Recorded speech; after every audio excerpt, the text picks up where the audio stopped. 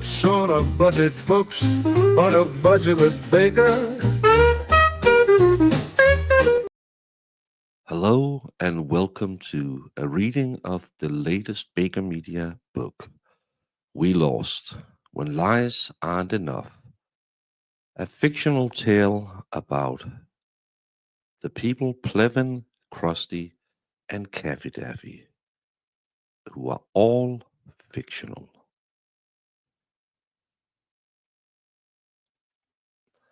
Chapter 1. Plevin wasn't always this bitter. Once he was a man of mild achievements, nothing grand, nothing awful, a background character in his own life. He had hoped retirement would bring him peace. Instead, he found YouTube comments. And then he found the antis. It started with a tweet. The journalist, that journalist, had posted something bold about a local criminal case. A woman accused of a serious crime might be innocent, he said. The system might be broken. There might be a cover up. The journalist spoke with conviction. People listen? And Plevin? He replied with a long, meandering take about letting the system do its job. The journalist clapped back with 2 words. Touch grass. Plevin's ears burned. He didn't even know what it meant at first, but the likes rolled in. Hundreds, then thousands. Someone made a gif. That was the moment. It wasn't about the woman. It never really was. Plevin didn't know her, didn't care, but the journalist was fighting for her. And so Plevin had to be against her. That was the rule now. He joined Facebook groups full of armchair investigators who shared screenshots like sacred text. He took notes. He nodded along to anyone who said, "The journalist is corrupt." He watched live streams and whispered, "Fraud," under his breath every time the journalist spoke. And then he had the idea. Plevin never wrote a book before, but that didn't stop him from declaring himself an author in his Twitter bio. It was time. He was going to expose the journalist and the woman he was defending, the whole saga, his way. He opened a blank Word doc, cracked his knuckles, and stared. He titled it, "The Truth They Don't Want You to Know." He wrote a foreword longer than the first 3 chapters. It had footnotes referencing Facebook comments and anonymous blog posts. He called it investigative. Others called it unreadable.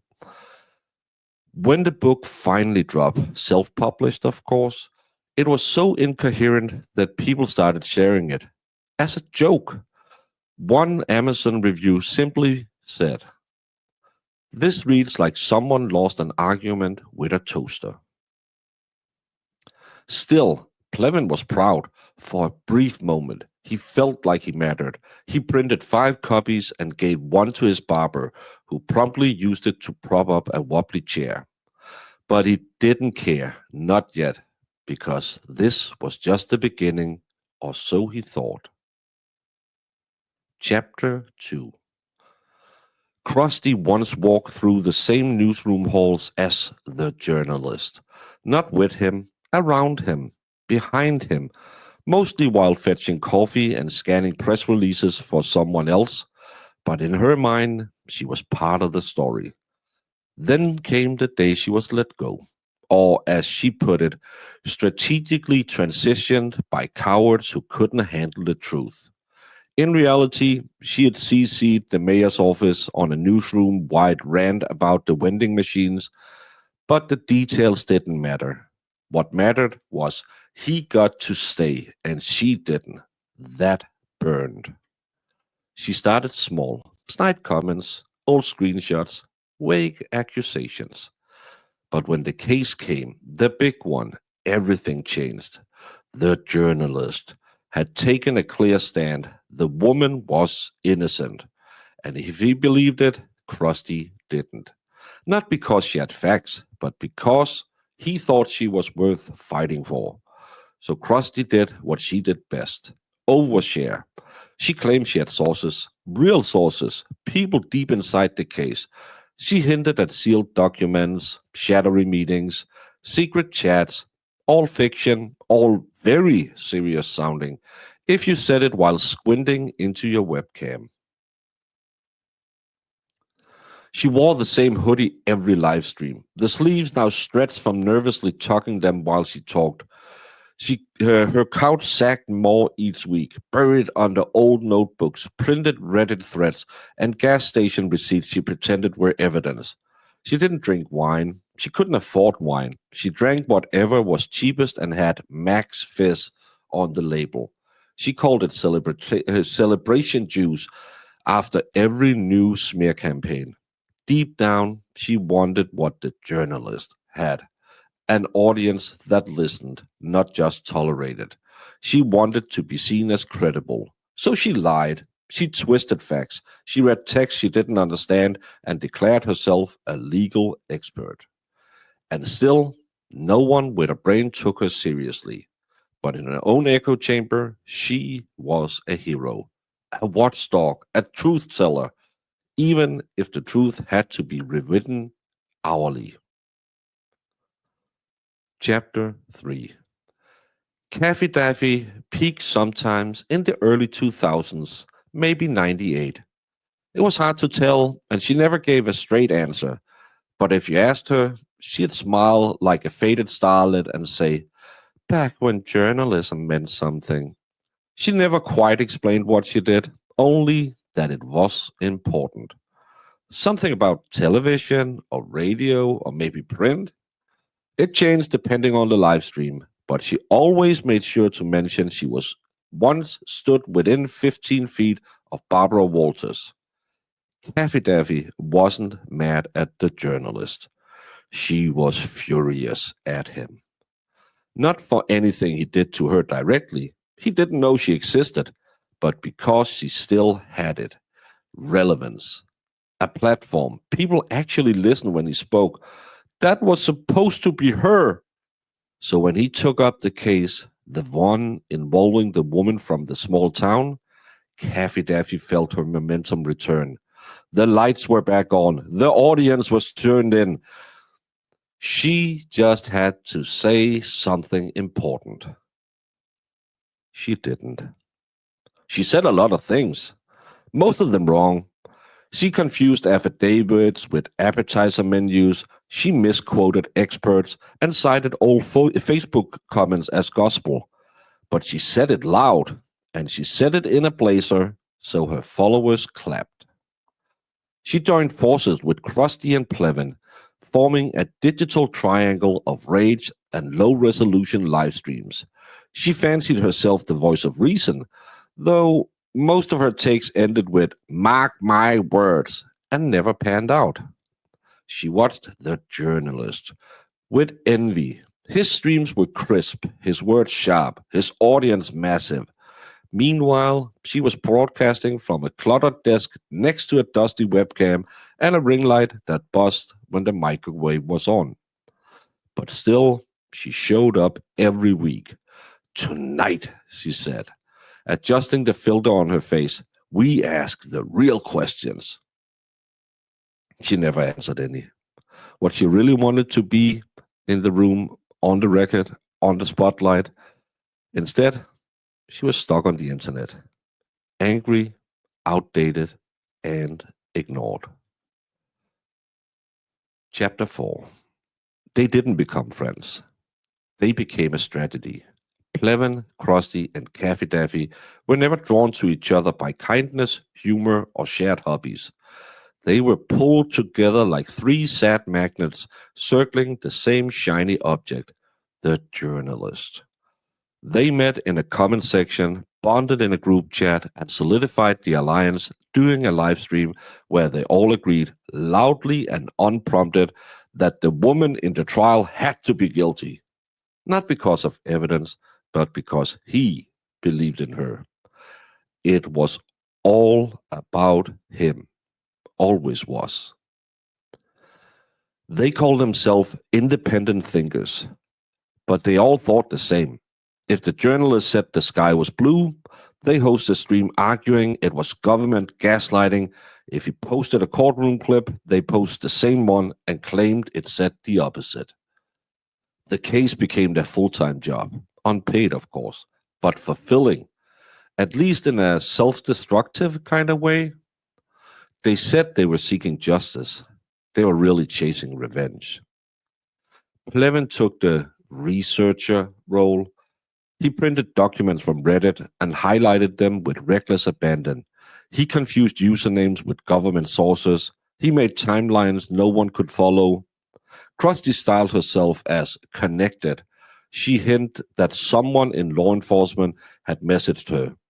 That someone usually turned out to be a parody account with 5 followers and a Garfield avatar.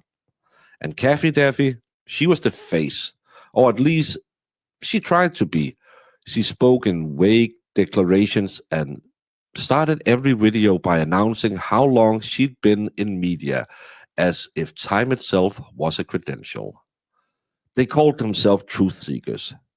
They were really just a noise machine. They didn't seek justice, they sought clout.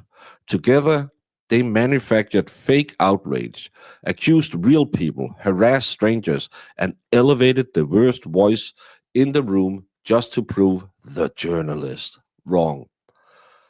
They said the evidence against the woman was overwhelming.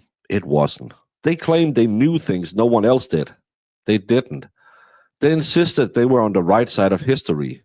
They weren't even on the right side of reality. Still, they live streamed daily. They posted, they spun, and for a while, it felt good. Their comments filled with flame emojis. Their followers, mostly each other's alt accounts, called them brave. They believed the tide was turning.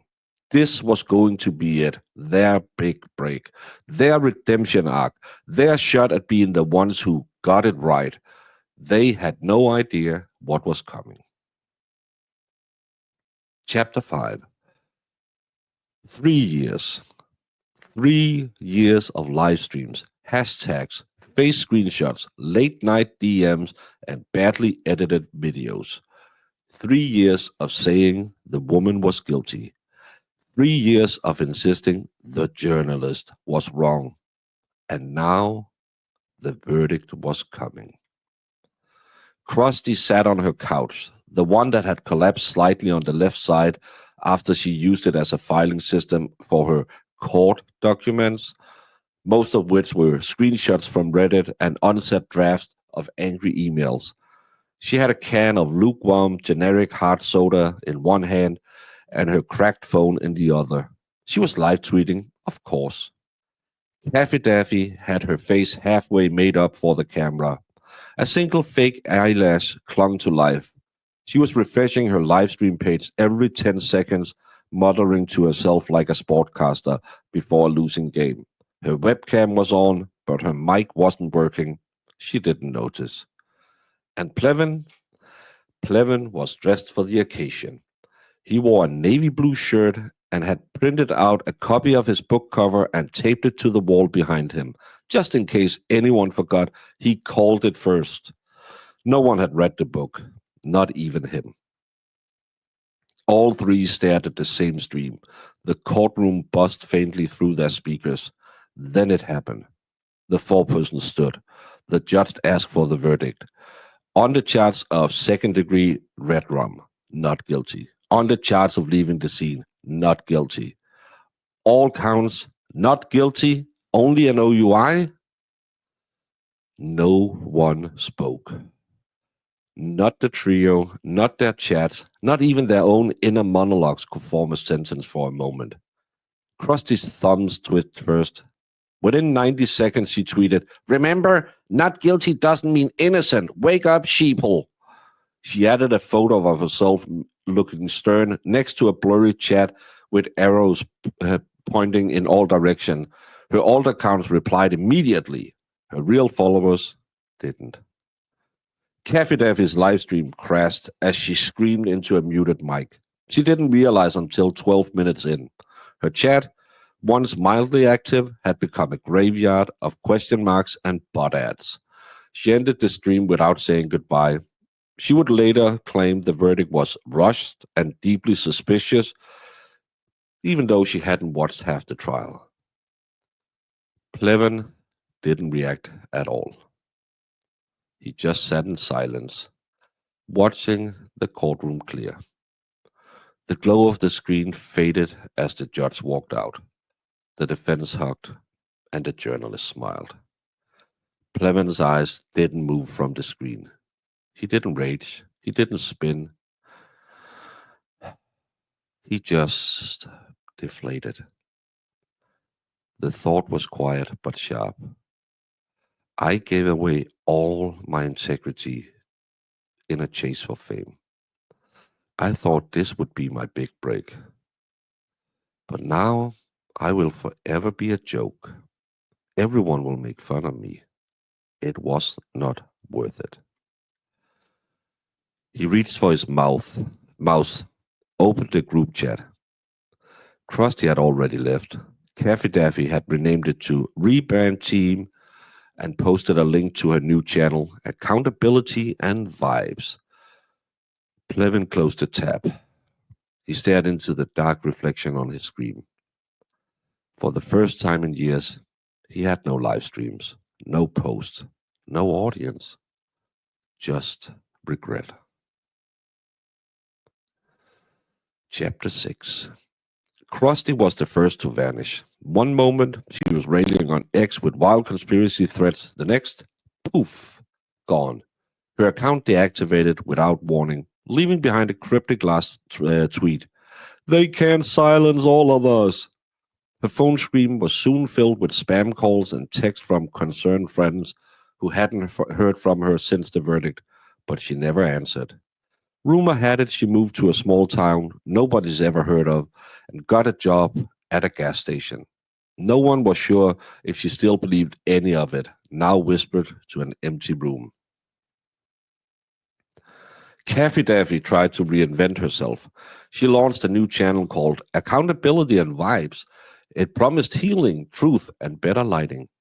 But her audience stayed the same, a handful of bots and the occasional confused viewer who came for the drama and stayed for the awkward pauses. Her streams became less frequent. Sometimes she talked about new directions, sometimes about real journalism. Mostly, she just stared at the camera and blinked. The woman who once whispered, back when journalism meant something, now whispered to an empty room.